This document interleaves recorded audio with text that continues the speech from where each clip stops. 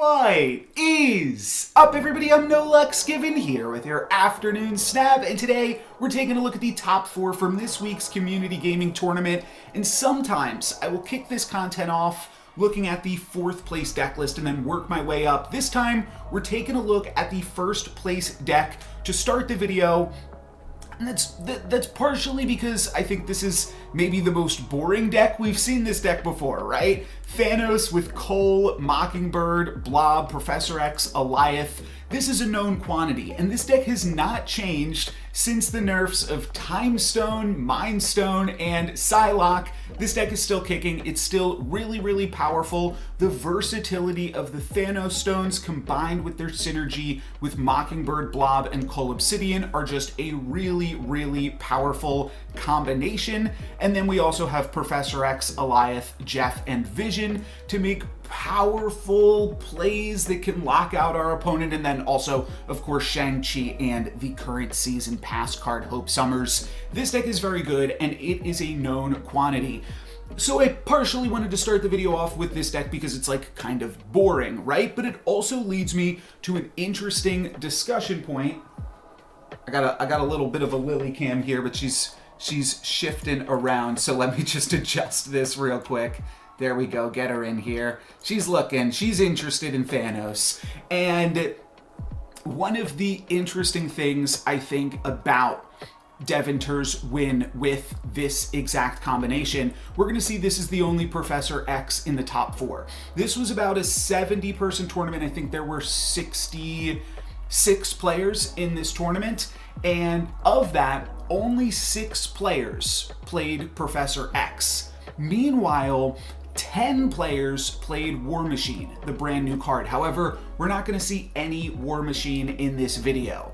This is a Professor X tournament win on the day that War Machine came out, and that could partially be because people haven't quite figured War Machine out yet. However, the reason that I wanted to make this video is I think War Machine being the death of Professor X is definitely overstated and potentially a little bit overrated. They don't really interact with each other. In order for War Machine to counter Professor X, you have to know that your opponent is going to be playing Professor X on turn 5 and then subvert that by playing your own War Machine on turn 5. Now, War Machine is often going to be a turn 5 play in the decks that want to play it. It's a little bit weird. It'll get played off curve. So that way, turn 6, you can play Infinite and potentially Infinite plus Ebony Maw if you played War Machine into Hope Summers. There might also be some War Machine turn 7 decks. However, Thanos playing the Reality Stone has kind of got that covered too. But I kind of just wanted to make this video in part to say Professor X still kind of good. Oh, Lily moved again. Let me get her back in the shot. There we go. And this version of Thanos is definitely still kicking. So Devinter was able to use this to grab a first place in this tournament. This was also an open deck list tournament, and since the Conquest format has come out, I have been a huge proponent of Professor X in open deck list tournaments because it is just really good at scaring your opponents away. Just the threat of Professor X being in your deck makes people very, very hesitant to snap and makes them play really cautiously. If you're going to snap, it's going to force them into a lot of retreat. So I think that is definitely some good selling points there for the Professor. I am now going to move on to the 2nd place deck list here, which was from Money Macro, and we can see it's much of the same thing, which is why partially I wanted to just lead with the 1st place deck, because this deck is very similar, just cuts Professor X now in favor of Magneto. Magneto's still doing some cool stuff, can move around Miss Marvel. However, it is mostly shifted out of favor in recent Thanos builds in favor of the configuration that we just saw a moment ago. Oh, and you know what? I'm sorry. This, so I don't own Hope Summers, so I try to put Hope Summers as like an overlay on the screen. It actually is playing, yeah, the same basic composition. It's just Professor X for Magneto. That's the only change. So Hope's still in that same position on the screen there. Apologies for that. This is still a very good build of Thanos as well, making use of a slightly higher curve, also kind of thanks to Hope Summers. You're playing both Hope and Psylocke in addition to the Time Stone, so you can afford to play that Magneto. That's also going to make your blobs a little bit bigger, and I think that this is still a fine build of the deck, but I do want to take a special moment to just note that the Professor X build is what came out on top for this event. In third place, let me get Hope off the screen here, and we can see that it's Loki. Thanos and Loki at the top, not super uncommon. I feel like I don't really see Loki that often when I'm playing on ladder.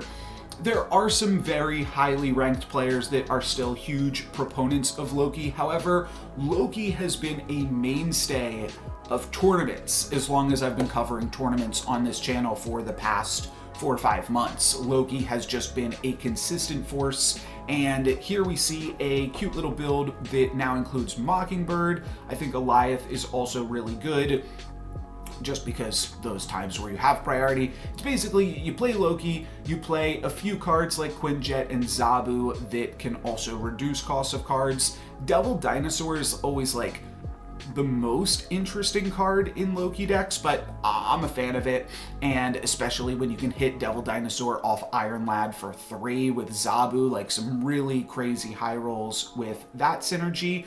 And then Mockingbird also allows you to high roll in some various capacities. It's like a good card off the top that can just surprise your opponent with a bunch of points. But the point I was trying to make, other than that, is just like Shang-Chi and Goliath allow you to play both angles. And particularly in open deck list tournaments, we can see all 3 of these decks so far have played both Goliath and Shang-Chi.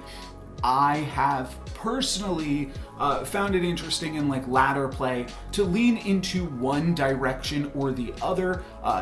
You might have seen on the screen a second ago my tempo Thanos list, and I've got some videos up on that where I cut Shang-Chi because I always have a priority lead with Thanos going into the final turn of the game. However, in open deck list tournaments, the ability to threaten both the Shang-Chi and your Goliath on your opponent means they're damned if they do, damned if they don't, and there really is no counterplay. Now, if everybody's doing that same thing, things do get a little bit messy, and obviously Loki can steal those cards and continue to do that same thing on opponents that they're stealing the Shang-Chis and Goliaths from. But I have not seen Loki in like exactly this configuration. Probably what's mainly looking different about it is Cable is now a real card, whereas previously it wasn't. This deck goes pretty high on the card generation, playing 1/3 of the deck as card generation with Snowguard, Mirage, Cable, and Agent Coulson, that full package.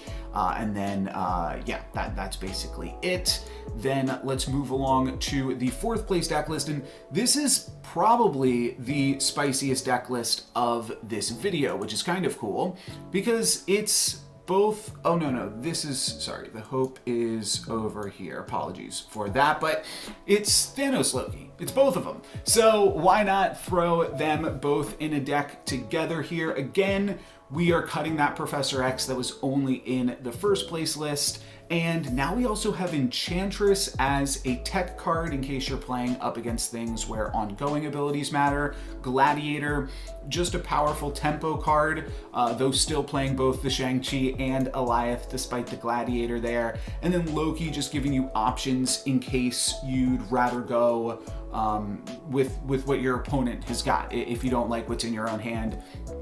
Interestingly, no other type of card generation beyond the stones. Really, you are just trying to play the stones, allow yourself a cheap Mockingbird, and then throw out Loki to maybe replace some of the bigger cards in your hand if you draw cards in the wrong order. And then The fact that you are playing Loki also does lend you towards wanting a slightly lower curve with the Gladiator and Enchantress in addition to the Shang-Chi, and then Hope potentially gives you the ability to play multiple cards on the final turn. Some of your opponent's cards plus some of your tech cards if you're drawing those off the top. I have not really experimented with Thanos Loki. I did see it a long time ago, not super long ago. I forget who it was, but I've certainly not played it since Mockingbird has entered the game. And obviously Mockingbird is really good with the Thanos side of things and really good with the Loki side of things. So this is potentially the spiciest list from this event, though we're really just looking at Thanos and Loki. It's nothing super crazy. Oh, and while I have you, I did want to, I tweeted this, but let's see here. Let's see. Look at this. Look at this. I just got this from the Conquest shop. So I thought that was pretty cool. But yeah, that's basically it. Don't have too much more. And just wanted to do a quick update with this week's tournament top 4. That's going to be it for me today. Thank you guys very much for watching. I'm NoLucksGiven. Peace. I was about to start editing, but look at this pose here from Lily. Oh my goodness, so cute. So sweet.